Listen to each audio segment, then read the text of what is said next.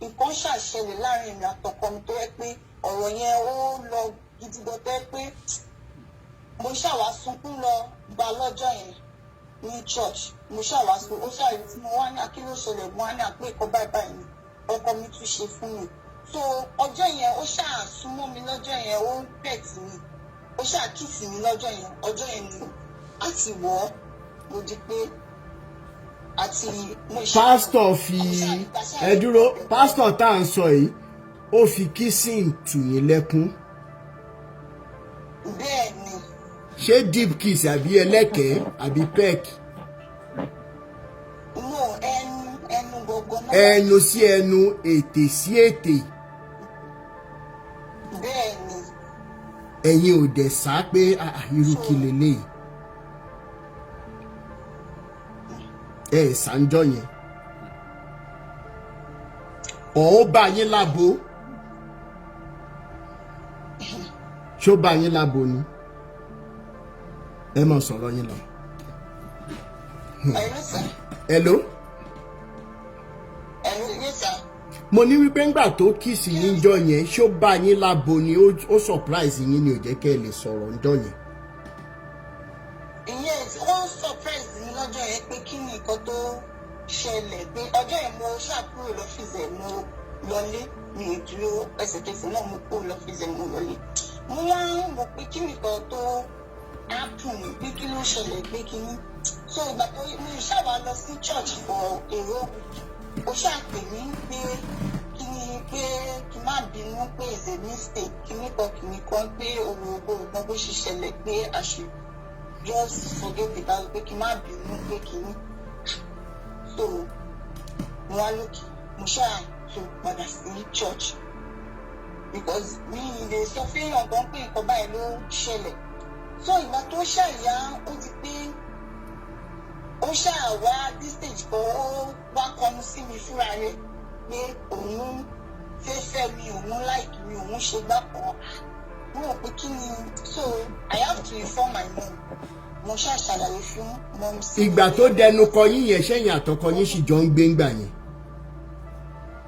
Sá. Ṣẹ́yìn àtọkọ yín sì jọ ń gbé nígbà tó dẹnu kọ yín. Bẹ́ẹ̀ ni. Ok, ẹ máa sọ̀rọ̀ mi. Àtọkọ mi sì jọ wà. Ok.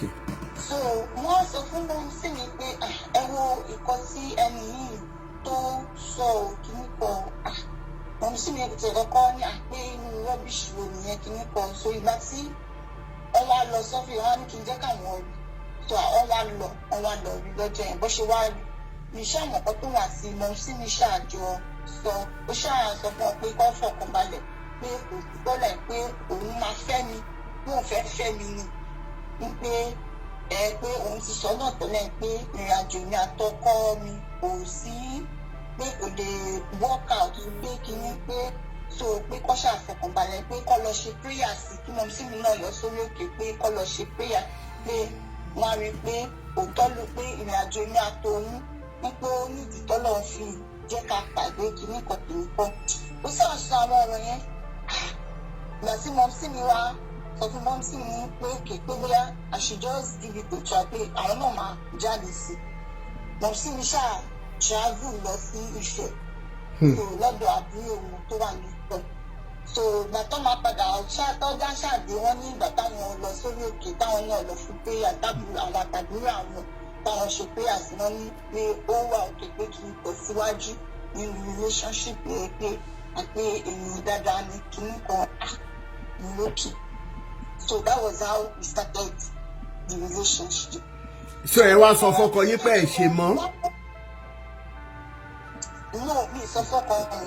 So ìgbà tó wá ní stage ó wá sọ fún mi pé àpé kí n má gbọ́ mi jà o pé òun náà èmi mo lọ bá mo ní àpé mi lè máa fẹ́ ọkùnrin méjì wípé ìzídà kí n fi ọkọ mi sílẹ̀ kó lọ gbalé fún mi kóun lọ gbalé fún mi síta pé because I don't want pé mi lè máa pé is not pé mi like ó ṣàní àpé kí n má wọlé pé kí n má fi ọwọ́ ara mi kó ẹrù mi jáde kúrò ní ilé ọkọ o pé kí n mọ̀ pé kí n jẹ́ kí ó kó ẹrù mi jáde fúnra rẹ̀ kó lé mi jáde fúnra rẹ̀ pé kí n má bàjá o kí n má ṣe ògùn lókè lọ́lẹ̀ gbogbo ọkọ commission ṣe fún mi gbà mo ń fara dà mo ṣe gbogbo so ìgbà tó dé stage kan tún pè mí ó ní ẹ pé kí n jẹ́ kọ́kọ́ mi súnmọ́ mi kí ní kọ́ mọ́. ẹ dúró mo fẹ́ béèrè kankan ẹ dúró nígbà tó sọ fún yín pé kẹ́ ẹ má fi ọkọ yín sílẹ̀ pé kẹ́ ọkọ yín kó fọwọ́ rẹ̀ sọ pé òun ò ṣe mọ́ tẹ́ ẹ bá wà nílé ọkọ yín súnmọ́ yín tẹ́ ẹ bá dẹ̀ wà ní church máa yí súnmọ́ yín. àtìgbà tẹ́mi àti ẹ̀tìjọ́ wà ọkọ mi ò ní ìgbà kọ́kọ́ mi súnmọ́ mi mọ́. ẹ̀yin ò gbà tọkọ yín make move ẹ̀yin lẹ gbà. ṣé ọkọ yín gbogbo ìgbà yẹn ọkọ yín try láti make move but ẹ̀yin ò gbà. bẹ́ẹ̀ni. ṣùgbọ́n ẹ̀ ń gbà kí pásítọ̀ fọwọ́ kàn yín ní gbogbo ìgbà yẹn. bẹ́ẹ̀ni. ok ẹ máa sọ̀rọ̀ yín lọ. bẹ́ẹ̀ni. tó ìgbà tí ó ṣàmọ́ ní àpé mi lè gbà pé kíní ó ṣàní òkè pé kò sí pẹ̀lẹ́ pé torí òun ò fẹ́ nǹkan tí ọkọ mi fi máa rí nǹkan dì mú wípé kíní wọn ní kò sí pẹ̀lẹ́ pé ó ṣàfihàn fún ìgbà tó ṣàwáyé aṣáàlọ ìgbà tó yá mo notice pé èmi nìkan kọ́ ni òun fẹ́ nínú church.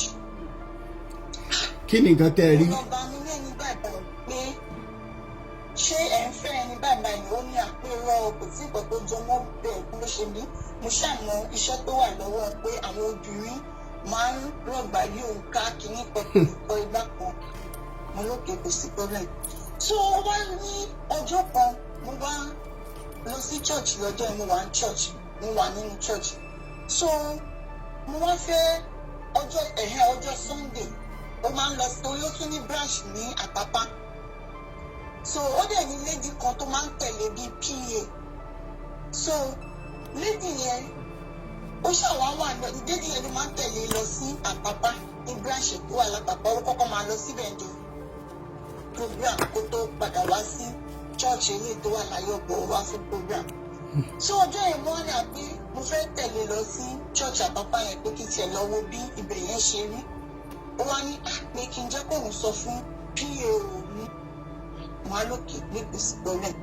so mo wá jáde nínú ọ́fíìsì ẹ̀ lọ́jọ́ yẹn mo ṣe wá padà wọnú ọ́fíìsì kò mọ̀ pé mò ń bọ̀ mo ṣe wọlé mo kọ̀ rí òun àtórí ọ́fíìsì ẹ̀yẹn yàrá méjì ló wà ń bẹ̀. so iná rù ó ní iná rù ilé tí gbàrà tó kọ́kọ́ máa kàn ìyẹn ló fi ṣe ọ́fíìsì so iná rù ìyẹn ló fi ṣe prayer room. so bí mo ṣe wá wọnú prayer room yẹn pé kí n lọ béèrè lọ́wọ́ ẹ̀ pé ṣé ó ti sọ fún pa mo wá rí ní tó nínú bedroom pẹ̀lú lady tó pè ní pa yẹn ìyẹn wẹ̀ ní bedroom. so ó wá wà ní bedroom bí mo ṣe wá wọlé ó jáde láti inú bedroom wá ní pé kí ló ń ṣẹlẹ̀ ní ibi báyìí pé kí ni gbogbo ilé pé ó wá ní òun lọ bèrè lọ́wọ́ ẹ̀ bóyá kí n tẹ̀lé àwọn lọ sí bàbá múlẹ̀ lọ bèrè lọ́wọ́ ẹ̀ pé èèyàn wẹ̀ ní bedroom ẹ̀ wọnú bedroom lọ́ba ẹlẹ́lẹ̀ bèrè lọ́wọ́ ẹ̀ for what? ó wá ní pé she's just like a sister to her she's this pé kódà gan ó máa ń undress ní ojú òun pé àwọn ti jọ di family pé àbúrò ló jẹ́ sóun kìíní kan lọ́jọ́ ẹ̀ mo wá bínú lọlé lọ́jọ́ ẹ̀ mo kúrò ní church mi lọlé so mi ṣàwá sọ ní so ìgbà tó ṣàwá yá ó wá pe àbúrò mi tó jẹ́ last born àtàjọ lọ sí church yẹn so bó ṣe wá pàbúrò mi yẹn kò rí mi mo pa fóònù mi kò rí mi bá sọ̀rọ̀ kò ṣe so ó ṣe wá pàbúrò mi jọ Monday ọjọ́ kejì pé kó mú wá sí ilé ọ̀dọ̀ mi ò pé nǹkan bá ìṣẹ̀lẹ̀ pé kìíní so pé èmi ń bínú so pé mo pa fóònù mi òun ò rí mi bá sọ̀rọ̀ wípé kìíní so àbúrò mi ṣàwá mi wá ní àárọ̀. ok òun ò mọ lé yín gbogbo ìgbà yẹn. no kò mọ lé ok all right. gbogbo ìgbà yẹn so àbúrò mi ṣàwá mi wá sílé ọ̀dọ̀ mi mo kọ̀ rí àwọn méjèèjì láàárọ̀ ọjọ́ ìmúra kí ló ṣẹlẹ̀ so ó bẹ̀rẹ̀ sí ní bẹ̀bẹ̀ tó ń dọ̀bálẹ̀ tó ń bẹ̀bẹ̀ pé kì í ṣàgbọ́ pé kò rí bẹ́ẹ̀ pé kíní kan pé àbúrò ló jẹ́ sóun pé kódà mo máa ń múra lójú òun nǹkan ló tún máa ń kọ́ṣọ̀n ẹ̀ òun máa ń ṣe kíní kan lókè kù sí gbọ́dẹ̀ so ìgbà tó ṣàyà mo padà sí church mo ṣàbẹ̀ sí mi lọ church padà so ó kàn di unfortunately ọ̀rọ̀ kan wá ń ṣẹlẹ̀ ó dẹ̀ pé ó ní gẹ̀yẹ́ náà ó ń fẹ́ gẹ̀yẹ́ náà pẹ̀lú ìmọ̀ pé ó fẹ́ gẹ̀yẹ́ gbà yẹn so gẹ̀yẹ́ wá ń fi ọ̀rọ̀ wá èmi lẹ́nu wò nínú church pé pé òun tiẹ̀ wọ́n máa ń sọ pé pé àwọn oríṣiríṣi èèyàn ló máa ń sọ pé pásítọ̀ ń fẹ́ pé àwọn èèyàn ní church kìíní kan àwọn á ní èmi ò mọ̀ ní ẹ̀ o pé kìíní so mi ìmọ̀ bọ́rọ̀ yẹn ṣàṣe di kìíní tó ṣàdí pé mo kàn dédé rí pé ó change sí mi kò bá mi sọ̀rọ̀ kò fẹ́ mi mo hàn pa kí ló ń ṣẹlẹ̀ mo ṣàbẹ̀ lọ kí ló dé kí ló ń ṣẹlẹ̀ kí ni mo ṣe ṣó mo ṣe ẹ́ ni mo ṣe kìíní ni ó ní kò sí kankan pé kìíní tó ó wá dé táìmù yẹn mo wá gòkè sí church yẹn ní táìmù yẹn around that period so gbogbo ìgbà tí mo wà ní orí òkè yẹn in fact wọ́n ní nǹkan tí ojú mi rí débi pé mo bẹ̀rẹ̀ sí ní mú pọ́ tí mo pọ̀ ẹ̀jẹ̀ lẹ́nu lórí òkè pé gbogbo nǹkan tí ó yẹ kí n ṣe nínú ẹ̀yìn ọkọ pé kò jẹ́ kí n ṣe kò gbà pé kínní so gbà tí máa sọ̀kalẹ̀ ní after ọdún pé. ẹ̀dùn ọ̀nà orí òkè tẹ wà yẹn ṣe bí Jésù lẹ máa ń lọ rí ń bẹ̀ pẹ̀lú àwọn ẹ̀mí mímọ́ pẹ̀lú àwọn áńgẹ́lì ṣé wọn lè ṣe ìwòsàn fún yín lórí òkè ni. ó lágbára. mo ń gbọ́ yín. so mo wá ìgbà tí màá sọ̀kalẹ̀ lórí òkè yẹn mo ṣáà land sí hospital mo ṣe wà lọ hospital mo mi tún lọ bá wọn pé wọn sọ fún pé ìkọ báyìí báyìí ṣẹlẹ̀ kí nǹkan kò tiẹ̀ dáhùn kódà kò wá wù mí kò ṣẹ́ nìkan kí nǹkan tí ó ṣẹlẹ̀ kí ló dé létà mo ṣàwà gbọ́ pàṣẹ pé lédì yẹn ló sọ fún pé èmi sọ pé òun kó obìnrin òun ṣe kí nípa ọmọ ní èmi pé mo lè ní àti ẹtìjọ sọ pé òun ó kó obìnrin pé kí ní pé pé àbọ̀rò pé bóyá mo ti sọ àṣírí tó wà láàrin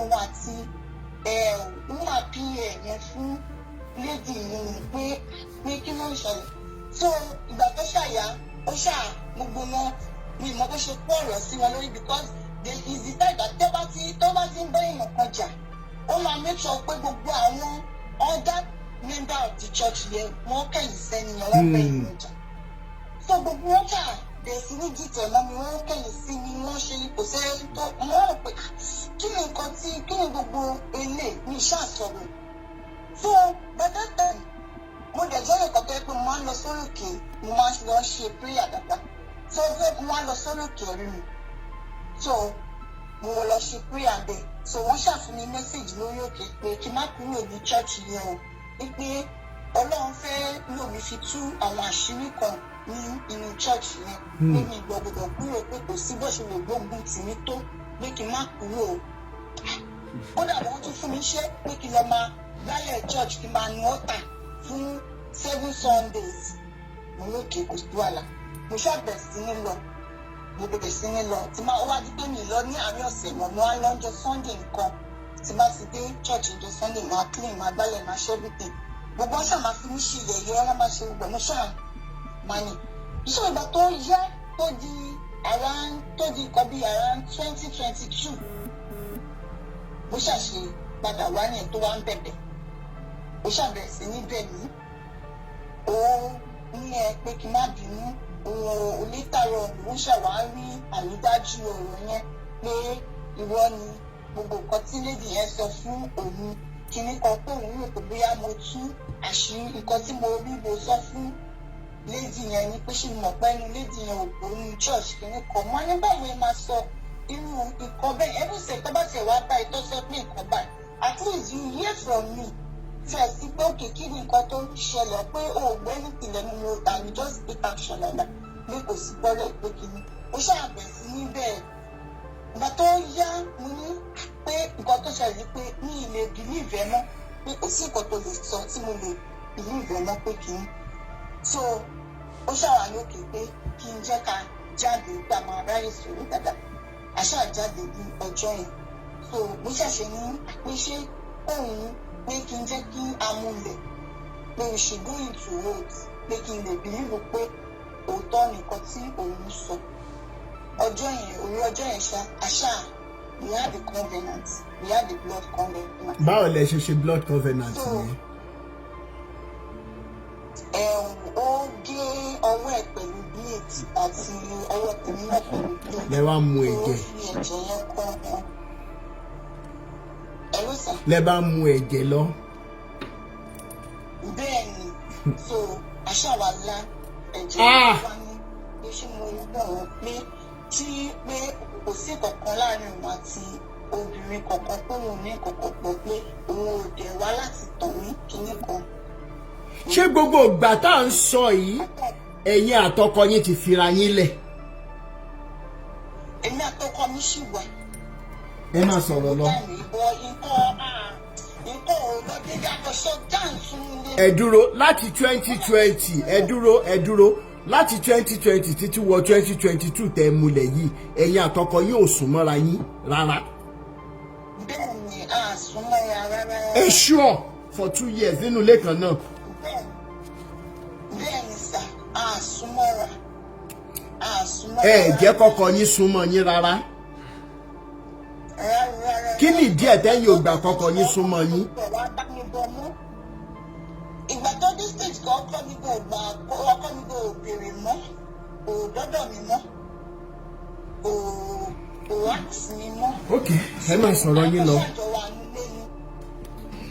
So ìgbà tí aṣá tó padà mo lókè pé kò sí problem. So ìgbà tó wá di about ó ti lọ bí about 2 to 3 months after tí àjọ come back in ta ní covenant ta ní òtí. So lady tí mo ní pa yẹn àti ó ti díẹ̀ lady ó ti bẹ̀rẹ̀ sickness láti 2020. Ẹ ní sùúrù ẹ dúró náà ẹ dúró ẹ jẹ́ ń dá yín lẹ́nu ẹ dúró náà ká tó wọ ibi tí ọ̀rọ̀ wà gangan. Tẹ́ ẹ̀ bá ti téèkì láìkì yìí wọ 300,000 wà láti ṣetán màá lọ yanjú yòókù lẹ́yìn behind kìíní. Wọ́n flagi wà. Tẹ́ ẹ̀ bá ti gbé wọ 300k á ṣe nǹkan kan mọ́. Á sọ nǹkan kan mọ́. Bẹ́ẹ̀ ni ẹ wá dúró àwa tá a wà bíbá yìí 600 and something. Màá ṣe o sister Boni ṣé bí kákan mọ power tap bá ṣe ń gbọ́ ni. No Ọlásílẹ̀ àná ẹ mọ̀ ṣe bẹ́ẹ̀ ṣe rí nígbà tẹ́ bá ń gbọ́ eléyìí nìkan tára yín bù máa sọ jẹ́ ẹ ti mọ nǹkan tí tẹ́mi ti gbọ́ jẹ́ ẹ ti mọ tí mo gbọ́ lóríṣiríṣi àwọn nǹkan míì jẹ́ ẹ ti mọ tí mo ti gbọ́ ó yẹ kẹ́tì mi ti di so ẹ̀yin míì tí n bá pàdé lọ́jọ́ iwájú tẹ́ wà wájú mi tẹ́ ń sọ̀rọ̀ tí mò ń ṣe báyìí ẹ má bú mi o. Ẹ má bú mi o. Mo ti gbọ́ nǹkan.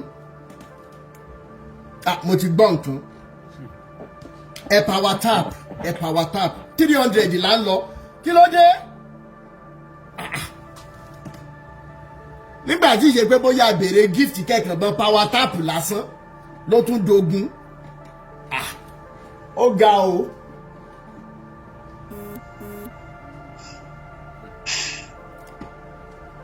Bọ́lọ́run ọba ọ̀run tí máa sọ̀rọ̀ nígbà ní mo ti bá wa sọ̀rọ̀ bẹ́ẹ̀ lónìí.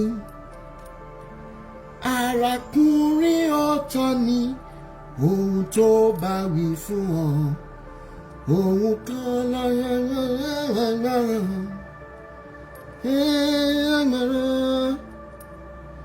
ṣàgbọ̀ràn.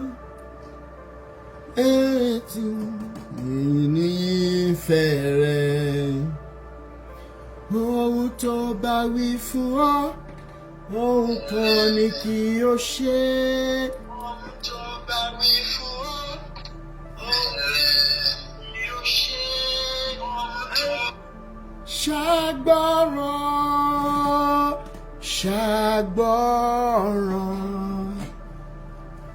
Have you been to Jesus for the cleansing power? Are you washed in the blood of the Lamb? 300. Are you walking daily by the Savior's side? Are you washed in the blood of the Lamb? Are you washed in the blood? Are you washed in the blood of the Lamb? Are you walking daily by the Savior's side? Ọpẹ́ Deborah, mo rí ìwé orin tẹ́ gbé wá. Are you washed in the blood of the Lamb? Orúkọ Jésù tí dùn tó, ògo ni fún orúkọ rẹ̀. Da. We listen, we don't judge. I love that statement. Ọlọ́run ò ní jẹ́ ká bára wa nípò tó jẹ́ wípé tí wọ́n bá ní ká fi ní ara wa sẹ́nu á fi sẹ́nu. Ẹni tó bá ní òòsàyé ayé wà ṣùgbọ́n Elédùmarè jayé lọ, ó jayé lọ.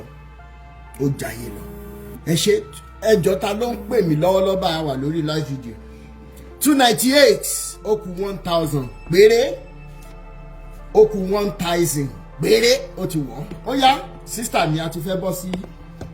Ó yá. Kí fóònù ti máa bọ̀ ọ́. Ẹ má jù ú fọ́ o. So mo ṣáà ìgbà tí after 2 months sí 3 months sí àtijọ́ wá padà. Okay. So lady tó jẹ́ pínlẹ̀bù yìí ó ti ń sick láti ọdún 2001 ló ti ń sick. 2001 àbí 2021. 2021. Okay. Yes, 2021. 2021. Okay. Tí wọ́n jọ wẹ̀ níjọ́ kìíní àná. Bẹ́ẹ̀ni. Okay. Bẹ́ẹ̀ni. Ní lady mi ti ń sick bẹ́ẹ̀ pé kò gẹ́ta rẹ̀.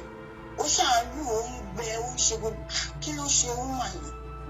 So ọ̀rọ̀ tí ó ṣẹlẹ̀ nígbà yẹn tí mo káwọn àti ẹ̀ nínú bedroom ìgbà tí ò fi bẹ́ẹ̀ sọ̀rọ̀ mọ́ aṣá close mọ́ kódà mi à ń sọ̀rọ̀. Okay. À ń sọ̀rọ̀ mọ́. So ó ṣàwá di after 2 months sí 3 months tèmi àti ẹ̀ come back lady yìí pè mí. Kí ni lady yìí pè mí fún, kí ló ṣẹlẹ̀ pé kí ló ń pè mí fún, mo ṣàpèkè lójú ẹ̀. Lady yẹn wá ní kí òun fẹ́ bẹ̀ mí pé òun fẹ́ tọrọ ìdáríjì. Mo ní ìdáríjì bíbá wọn, kí ló ṣẹlẹ̀? Ó ní pé kò ṣẹ̀ mí, pé òun ní ìdáríjì pé kò ṣẹ̀ mí. Ó ní pé òun ti ṣẹ̀ mí pé kí n jọ pé gbogbo ìgbà tí òun tọ́ fi gbogbo tì ní jọ́ tí mo ṣe pé òun lòún fà pé kí n jọ kí n dáríjì òun, wípé òótọ́ òun àti prọfẹ̀tì yẹn àwọn jọ fẹ́ra wọn, wípé kódà pé last born òun wípé prọfẹ̀tì ló ní. Ọmọ mélòó dẹ́ nìyẹn ní fọkọ títí ẹ̀? Yẹ tó bí fọkọ tiẹ̀ tọkọ rò pé òun lòún lọmọ. Ọmọ mélòó ni gbogbo ọmọ tí yẹn bí? Bẹ́ẹ̀ni.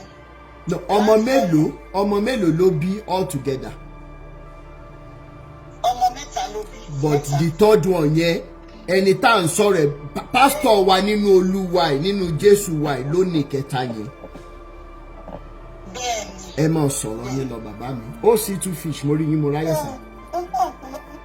Bó ṣàṣeyí wá jẹ́wọ́ fún mi pé wọ́n pé nǹkan tó ṣẹlẹ̀ ní pé òun mọ̀ pé òun ti ṣe mistake, pé òun wà ní ipò tí ó yẹ kí òun lè caution ẹ̀ pẹ̀lú àwọn ìwà tó ń wù, pé àìmọye obìnrin ló ti bá sùn ló ti báyé wọn jẹ́, wípé àwọn míì gan tó yẹ pé wọ́n ti bẹ̀ tọ́ ni wọ́n ti bọ́ látọwọ́ ẹ̀, pé ó ní time kan tí wọ́n gbé lọ sórí rédíò tó yẹ pé àwọn lédì yẹn gbé lọ sórí rédíò pé ó balẹ̀ pé ó fẹ́ lédì yẹn náà ní pé ìkọ̀kọ̀ ṣàwá ṣẹlẹ̀ pé ìjà ṣẹlẹ̀ pé gẹ̀yẹn ṣàgbé lọ sórí rédíò tí wọ́n gbé síta gbà yẹn pé bọ̀ọ̀dù tó pé gẹ̀yẹn kò ní enough evidence láti back up àwọn accusations ẹ̀, pé kódà òun lòun á help prophet yẹn because woman yìí ó jẹ́ ọ̀pọ̀ tó lẹ́sẹ̀ lẹ́kọ̀ọ́ tó yẹ pé ó ń múyàn tó yẹ pé irúṣẹ́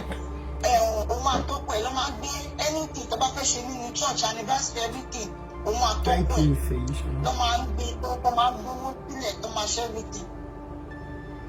tó bó ṣàṣe wá ní ó lòun hẹ̀pẹ̀ tóun ṣàgbálẹ̀ pé kìíní pé táwọn lọ àyà lọ́ọ̀yà tóun ṣàṣe tí iná ọ̀rọ̀ yẹn tó ṣàfihàn lọ́lẹ̀ tóun òun bọ́ọ̀lù lọ ṣe ẹlẹ́rìí wípé irọ́ ni bíléèdì yẹn pamọ́ wípé kìíní pé so pé òun dẹ̀rù kó máa change láti ìgbà yẹn pé kò change pé kìíní pé kí n jọ pé anything tí bá lè ṣe láti lè jẹ́ kó change kó fi gbogbo ìwà yẹn sílẹ̀ pé kí n jọ pé kìíní pé wọ́n ní so bó ṣàṣì wá kọ́ọ̀tì kọ́ yẹn mú àlù pé kí ni nǹkan tí kí ni gbogbo ilé èmi àti ẹ̀dẹ̀ ti mú ilẹ̀ kó sí pé ẹgbẹ́ àti ìgbò ti wà nínú hold báwo mo ṣe fẹ́ ṣe àárín yìí mo láti pe mọ́mísí mi mo ṣàlàyé ọ̀rọ̀ yẹn fún mọ́mísí mi pé ọ̀rọ̀ kọ́ báyìí ni wọ́n máa yí pé mi tó sọ fún mi o pé kínní mọ́mísí mi kú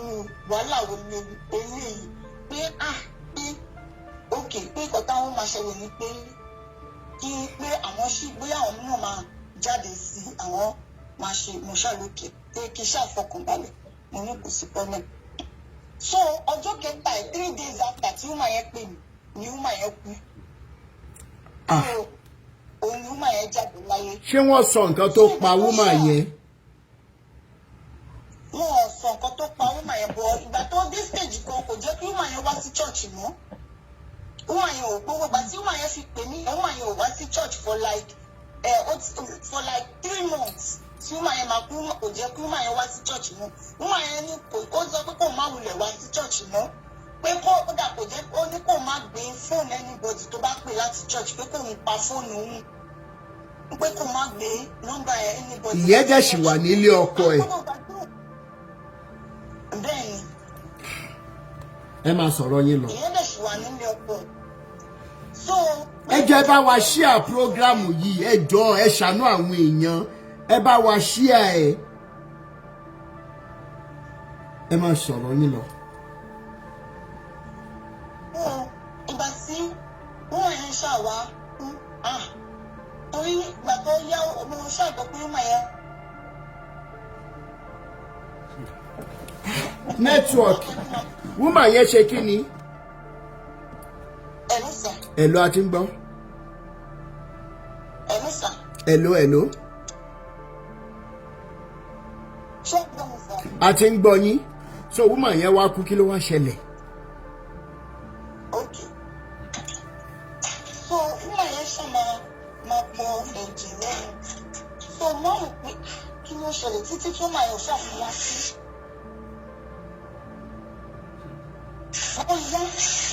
Ó dàbí pé ẹ ń ṣe nǹkan kan bẹ̀ yẹn tí ò jẹ́ kí nẹ́tíwọ̀kì yẹn stable o.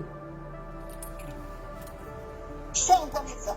Ẹ ń ṣe nǹkan kan bẹ̀ yẹn tí ò jẹ́ kí nẹ́tíwọ̀kì yẹn stable sẹ́. Kọ̀ọ̀kan ló wọlé. Ok, a ti ń gbọ́ yín sìn. Yes sir. So ni ó ṣàwá ìgbà tó ṣàwá yá ìgbà tí woman yẹn ṣàkú rò pé kí ló ń ṣẹlẹ̀. So ìgbà tó aṣáàṣìjọ wà mo ní kò sí pẹ̀lú. So ìgbà tó wá di January last year that's 2023 January. So mo notice pé àwọn rashes ó ṣàjáde sí mi lára pé kí ni gbogbo ilé rashes ẹ̀dẹ̀ sí farahàn ní around December 2022. So tí mo sọ fún pé rashes o. Nǹkan kan pariwo ń bẹ̀ yẹn. Ẹ̀mí ṣe ń gbọ́ mi báyìí. À ń gbọ́ yín.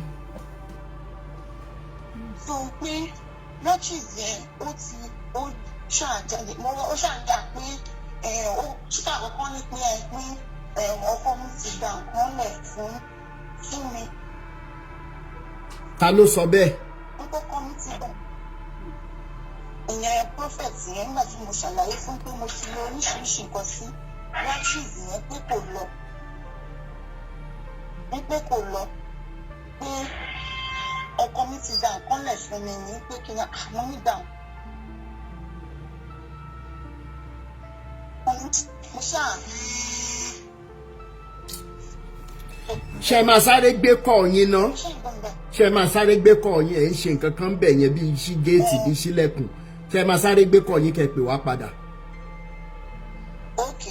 ẹ sáré gbé torí bí tá a dé yìí ó lágbára díẹ̀.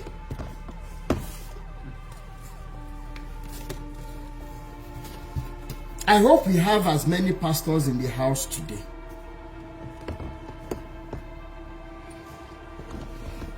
This is a church where we claim that one man gorí òkè. We listen, we don't judge. No, we don't judge. I can only, don't forget, it is Holy Spirit. Lẹ ló ń gbé yín lọ sórí òkè fúnjọ́ méje. Meanwhile,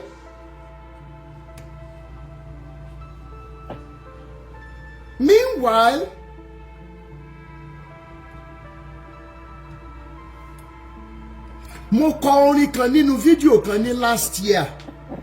Mo kàn dẹ̀ fi ṣe yẹ̀yẹ́ ni bọ́n ṣe gbé wá ń jọ́nà lọ́mọ ṣe. Ọ̀pọ̀ nínú yín lẹ rí orin yẹn lórí Facebook. Ọwọ́ Olúwa ń bẹ lórí ayé mi o, ó ń gbé ni fò, ó ń gbé ni sáré. Ọwọ́ Olúwa ń bẹ lórí ayé mi, ó ń gbé ni fò, ó ń gbé ni sáré o. Ṣé rántí? Mo wá kọ, mo wá ṣe yẹ̀yẹ́ wípé ṣé ìwọ náà ń bá wọn kọ́ tí o ti fẹ́ jẹ́ kí kẹ̀kẹ́ náà gbé ẹ lọ sọ́run bí Elijah. Everything that we have heard for the past few years, who could have believed that those occurrences will be synonymous to the body of Christ and the name of Jesus? Tẹ̀dẹ̀ máa pera yín fún oríṣiríṣi crusade, meetings, services. Kò yọ ẹ̀yin olórin ẹ̀mí sílẹ̀ o. Because tẹ́ ẹ bá máa sọ̀rọ̀ lọ sọ̀rọ̀ bọ̀, ẹ máa ní wípé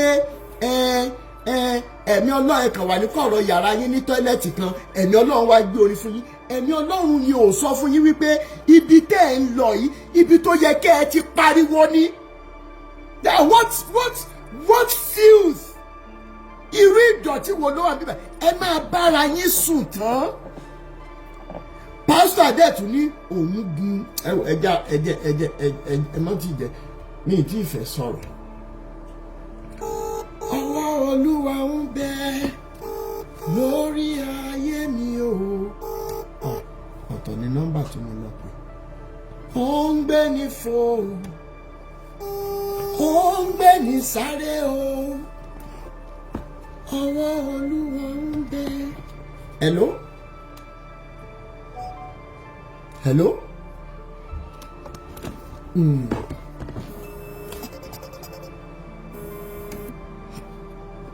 Hello ma. Hello sir. A ti ń gbọ́ yín báyìí. Má bínú sá.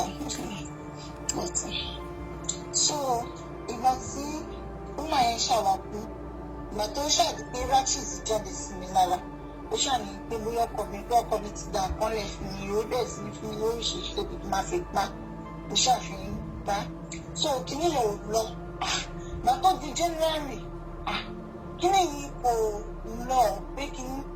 So mo ṣàwá ń go through TikTok lọ́jọ́ yẹn. Wọ́n á rí tẹ́ẹ̀nì kan post àwọn symptoms of HIV infection. Kí ni èyí?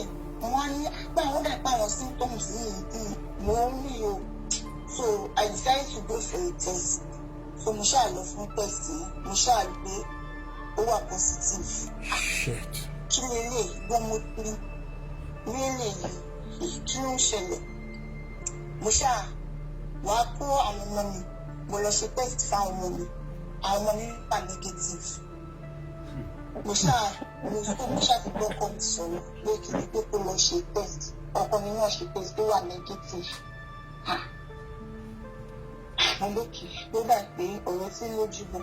Mo ṣáà wá lọ sí, mo pe mọ́mísì mi pé ikọ̀ báyìí ni mo ṣe pé test báyìí mo nǹkan báyìí ló ṣẹlẹ̀. Sister Mary ẹ sáré delete emoji yìí mo understand bẹ́ẹ̀ ṣe ń feel mo ti sọ fún wa láti lẹ̀ pé ọ̀rọ̀ tó wà pathetic bẹ́ẹ̀ bá mi delete crying emoji yìí ẹ jọ̀ọ́ ẹ bá mi delete ẹ má bínú ẹ má sọ̀rọ̀ lọ.